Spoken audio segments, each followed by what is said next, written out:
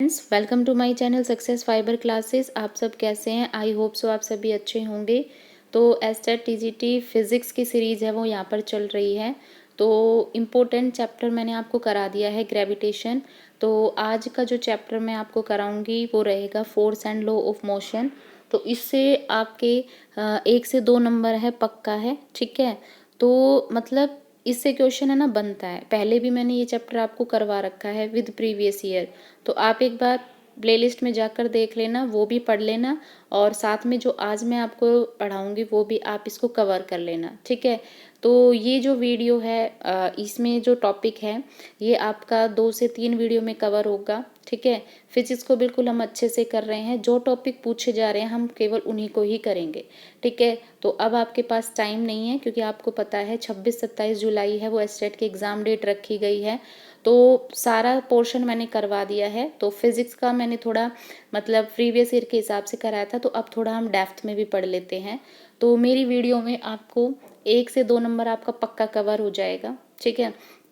तो जल्दी बात करते हैं यहाँ पे force and law of motion की। तो देखो, सबसे पहले हमें पता होना चाहिए कि फोर्स क्या होता है ना। तो जो फोर्स होता है वो क्या होता है? फोर्स होता है पुश या पुल, यानी किसी भी चीज़ को हम भाई खींच रहे हैं या किसी भी चीज़ को हम धक्का मार रहे हैं, तो इसका मतलब वो क्या हो गया? फोर्स हो गया, ठीक है।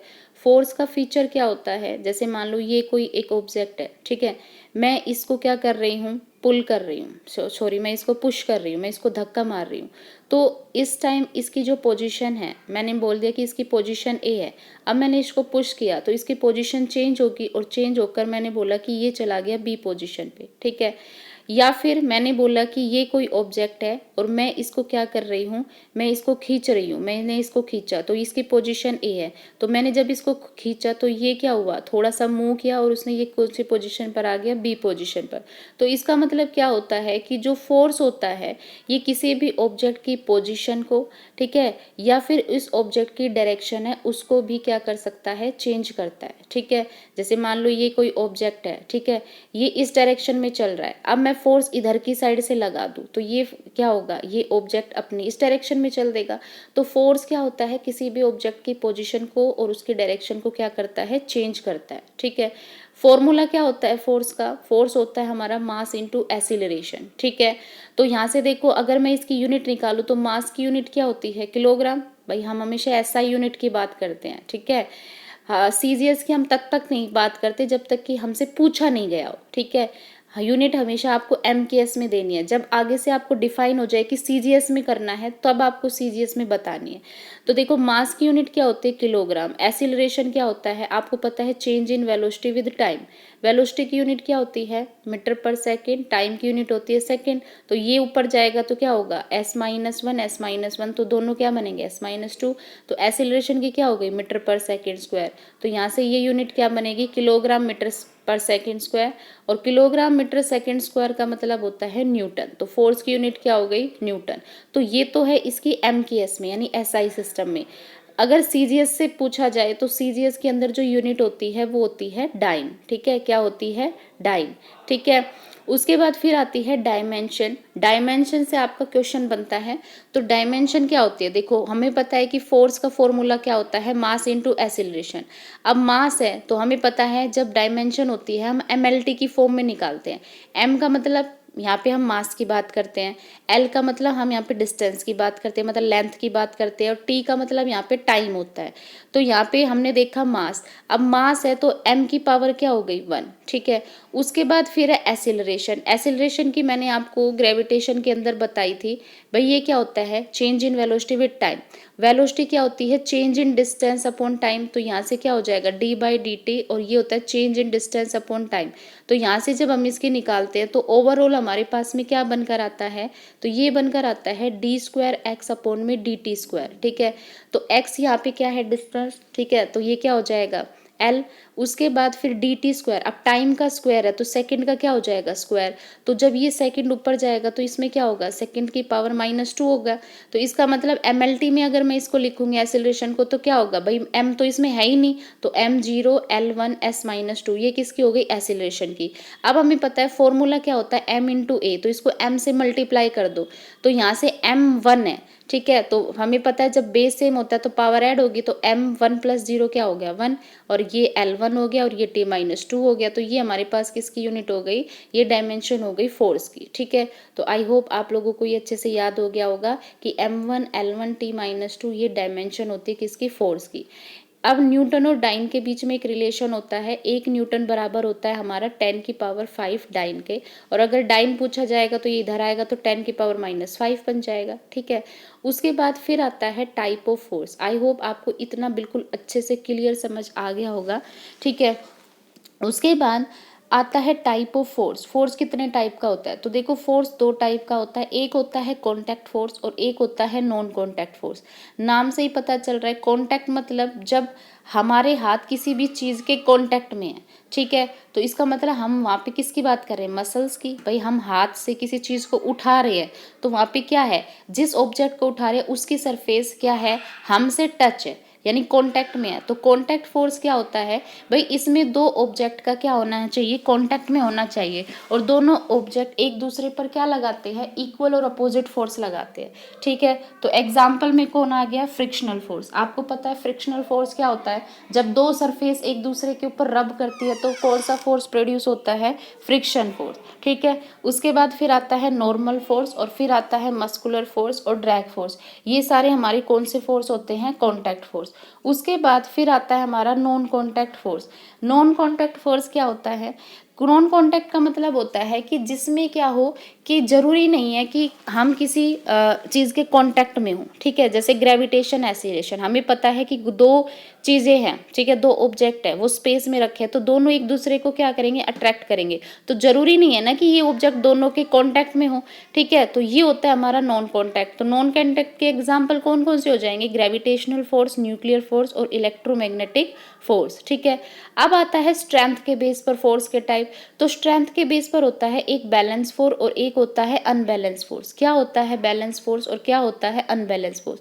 बैलेंस फोर्स का मतलब है, जैसे मान लो मैंने एग्जांपल से समझा, ये कोई ऑब्जेक्ट है, मैंने इधर से एक कैंडिडेट खड़ा है, वो इधर से 5 न्यूटन का बल लगा रहा है।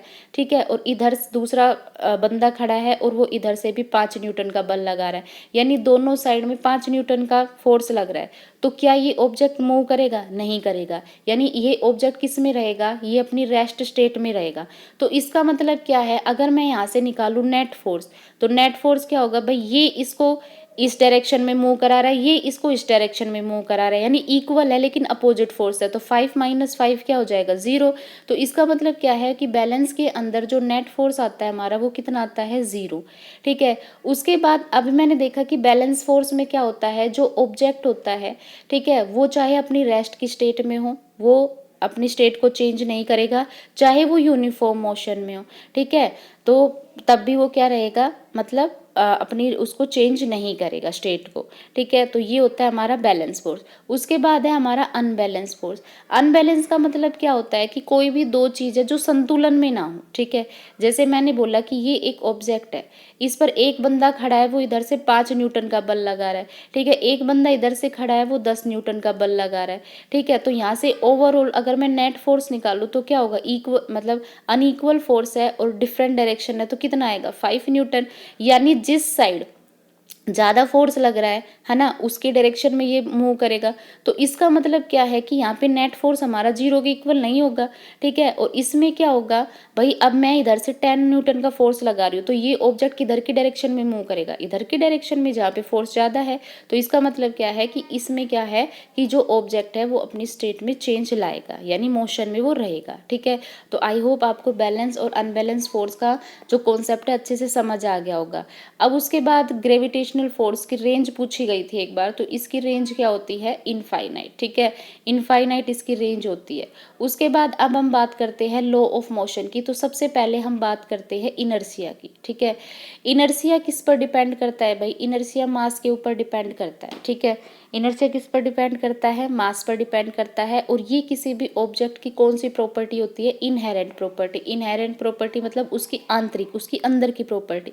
क्योंकि भाई मैंने क्या बोला कि इनर्शिया किस पर डिपेंड करता है, मास पर। और मास मैंने आपको कल बताया था, कल की क्लास में, किसी भी ऑब्जेक्ट का मास क्या होता है कि उस ऑब्जेक्ट के अंदर कितना कंटेंट है वो उसका बताता है मास। तो हम यानी उसके अंदर की बात कर रहे हैं, तो इसका मतलब वो इनहेरेंट प्रॉपर्टी हो गई। क्या होता है इनर्शिया? इनर्शिया होता है किसी भी ऑब्जेक्ट की एबिलिटी अपनी जो रेस्ट की स्टेट है उसको चेंज करने की, या फिर वो मोशन में है या फिर वो डायरेक्शन, ठीक है। तो इसमें जो चेंज वाली जो एबिलिटी होगी किसी भी ऑब्जेक्ट की वो होती है इनर्शिया। इनर्शिया किस पर डिपेंड करता है? मास पर। यानी जिसका मास जितना ज़्यादा होगा इनर्शिया उसका उतना ही क्या होगा? ज़्यादा होगा। आपको ये चीज़ क्या रखनी है? याद रखनी है, ठीक है। आपको ये चीज़ क्या रखनी है? याद रखनी है। और इनर्शिया की कोई यूनिट कोई डायमेंशन नहीं होती। इनर्शिया का अगर हम क्लासिफिकेशन करते हैं तो इसका 3 टाइप से क्लासिफिकेशन होता है: inertia of rest, inertia of motion, inertia of direction. तो सबसे पहले यहाँ पर इनके एग्जाम्पल्स पूछे जाते हैं। तो सबसे पहले आता है inertia of rest. Inertia of rest का मतलब है कि इसमें रेस्ट स्टेट में है कोई ऑब्जेक्ट, ठीक है, और हम उसकी रेस्ट स्टेट में कोई चेंज लाना चाह रहे हैं, तो वो ऑब्जेक्ट अपनी उस स्टेट में चेंज को अपोज करेगा, तो वो होता है इनर्शिया ऑफ रेस्ट, ठीक है। जैसे एग्जाम्पल के लिए कोई एक पेड़ है, ठीक है, कोई एक पेड़ है और इस पर कोई भी एक फ्रूट लटका है। जैसे मान लो मैंने बोला कि इसमें इसके ऊपर है वो आम लटका हुआ है, ये आम का पेड़ है, ठीक है, और इसकी एक डाली पर क्या लटका हुआ है? आम लटका हुआ है, ठीक है। अब मैंने क्या किया, इसकी एक डाली को पकड़ा और इसकी एक डाली को पकड़कर हिलाया, तो भाई जो ट्री है वो तो मोशन में आएगा, ब्रांच है वो तो मोशन में रहेगी, लेकिन इसके ऊपर जो फ्रूट लगा है ये तो क्या है? रेस्ट में है। तो ये चाहेगा कि मैं रेस्ट में हूँ तो मैं अपनी रेस्ट स्टेट में रहूँ, तो ये इसको अपोज करेगा। तो अपोज करने के लिए क्या करेगा? ये नीचे गिर जाएगा, ठीक है। तो ये किसका एग्जाम्पल हो गया? इनर्शिया ऑफ रेस्ट का। उसके अलावा इसके और कौन से एग्जाम्पल है? यहाँ से क्वेश्चन बनेगा। कैसे बनेगा कि आपको एक एग्जाम्पल दे देगा, पूछेगा कि ये कौन सी मतलब स्टेट है इनर्शिया की, रेस्ट की है, डायरेक्शन की, मोशन की। तो आपको ये एग्जाम्पल याद होनी चाहिए टिप्स पर। जैसे मान लो हम किसी बस में बैठे हैं, ठीक है, अब बस है वो अचानक से क्या हो गई? स्टार्ट हो गई, ठीक है। तो उसमें क्या होगा? कोई एक बंदा खड़ा है, एक पर्सन है, वो फ्रीली उसके बस के अंदर खड़ा है और बस एकदम से क्या हुई? चली, ठीक है। तो वो बंदा क्या करेगा? वो पीछे की तरफ गिर जाएगा। क्यों? क्योंकि भाई जो बस है ना, तो उसका ऊपर वाला हिस्सा तो क्या है भाई? वो मोशन में है, लेकिन उसके जो पैर है वो तो किसके साथ कांटेक्ट में? उसकी सरफेस के साथ, ठीक है। तो वो क्या होगा? जैसे ही बस एकदम से चलेगी वो पीछे की तरफ क्या होगा? गिर जाएगा, क्योंकि वो अपनी रेस्ट की स्टेट में क्या कर रहा है? अपोज कर रहा है, इसलिए वो गिर जाएगा, ठीक है। उसके बाद जैसे हम घोड़े पर बैठे हैं, अब घोड़े पर बैठकर हम क्या कर रहे हैं भाई? वो कर रहे हैं, राइडर कर रहे हैं, ठीक है। अब वहाँ पे ऊपर उस पर राइडर बैठा है, जैसे मैं हूँ, मैं घोड़े पर बैठी हूँ, मैं राइडर हूँ, ठीक है। तो हॉर्स है वो एकदम से अचानक से दौड़ना शुरू करता है, तो मेरा जो शरीर है वो तो क्या है? घोड़े के साथ क्या है? मोशन में है, ठीक है। और लेकिन मेरा ऊपर वाला हिस्सा क्या है? रेस्ट में है। तो क्या होगा? राइडर एकदम से क्या होगा? पीछे की तरफ गिर जाएगा, क्योंकि वो रेस्ट की स्टेट को अपोज कर रहा है, ठीक है। ऐसे ही जैसे कोई एक कारपेट है और उस पर है ना बहुत सारा डस्ट मतलब लगा है। आपने देखा होगा कि जब हम कारपेट पर डंडा मारते हैं, किसी भी हैमर से बीट करते हैं, तो डस्ट क्या होती है? डस्ट रिमूव होती है। क्यों? क्योंकि वो क्या करती है? अपनी रेस्ट की स्टेट को अपोज कर रही है, ठीक है। उसके बाद नेक्स्ट एग्जाम्पल है, जैसे मान लो मैंने बोला कि ये एक विंडो है और इसमें ये कांच की विंडो, इसमें ये कांच लगा हुआ है, ठीक है। मैंने दो चीज़ें ली, पहली मैंने ली गन, और गन से मैं क्या कर रही हूँ? बुलेट फायर कर रही हूँ, ठीक है। तो जैसे ही मैं बुलेट फायर करूँगी तो बुलेट तो इस ग्लास के अंदर सिर्फ होल करती हुई जाएगी, ठीक है। लेकिन जैसे ही मैंने एक पत्थर लिया, अब मैं पत्थर को मार रही हूँ उस ग्लास पर, तो क्या होगा? जो ग्लास है, जो कांच है, वो पूरा क्या होगा? टूट जाएगा, पूरा टुकड़ा टुकड़ा हो जाएगा। ऐसा क्यों? क्योंकि ग्लास का मास सॉरी जो पत्थर है उसका मास ज़्यादा है, तो उसका मास ज़्यादा है तो क्या होगा? वो ज़्यादा इनर्शिया से जाएगा, और जैसे ही वो क्या होगा? उस कांच के लगेगा, तो कांच क्या है? रेस्ट में है। अब पत्थर आ रहा है, इनर्शिया ज़्यादा है, ठीक है। तो जैसे ही वो उसके टच होगा तो पूरा का पूरा कांच है वो क्या होगा? टूट जाएगा, ठीक है। तो इसका मतलब बुलेट तो सिर्फ होल करते हुए जाएगी, लेकिन जब उसको हम पत्थर मारेंगे तो पूरा का पूरा जो ग्लास है वो पीस के अंदर, टुकड़ों के अंदर टूट जाएगा, ठीक है। तो ये हमारी कौन सी थी? इनर्शिया, ठीक है। तो आई होप आज हम इतना ही करेंगे। आई होप आपको ये अच्छे से कंसेप्ट बिल्कुल अच्छे से समझ आ गया होगा। कल की वीडियो में हम इसका अधिकतर पोर्शन है वो कवर कर लेंगे, ठीक है। तो आई होप आप लोगों को ये सीरीज अच्छी लग रही होगी, ठीक है। इसमें पूरा फिजिक्स मैं पोर्शन करा रही हूँ बिल्कुल फ्री में, ठीक है। मैंने कोई भी ये नहीं है कि मैंने कोई भी पीडीएफ बना ली, कोई भी अपने नोट्स बना लिए और मैंने कह दिया कि व्हाट्सएप पे लो पेड पीडीएफ, ये भी नहीं है। मैं जैसा आप लोगों को नोट्स में बना रही हूँ वैसे का वैसा मैं आपको यूट्यूब पे पढ़ा रही हूँ, कोई मैंने यहाँ पे कटिंग नहीं कर रखी, ठीक है। जो मेरे पास बुक है मैंने उससे नोट्स बनाए, ठीक है, और तुरंत मैंने आपको प्रोवाइड करा दिए, ठीक है। कोई भी पोर्शन मैंने नहीं कट कर रखा, ना मैंने यहाँ पे कोई पेड यहाँ पे वर्जन है, ठीक है। तो इसका मतलब क्या है कि अब आपका काम क्या है कि ज़्यादा से ज़्यादा मेरे चैनल को आगे बढ़ाए, ठीक है। क्योंकि ऐसे ऐसे बच्चे जो भाई ज़्यादा बैच वगैरह अफोर्ड नहीं कर सकते, जो चाहते हैं कि मैं फ्री में पढ़ लूँ, ठीक है, तो उनके लिए एक बेहतर ऑप्शन है, ठीक है। तो आई होप आप लोगों को वीडियो अच्छी लगी, तो वीडियो अच्छी लगी है तो कमेंट में डाल दीजिए करो ताकि मुझे मोटिवेशन मिले। सो मेरे चैनल को ज़्यादा से ज़्यादा लाइक शेयर सब्सक्राइब करें। Thank you very much.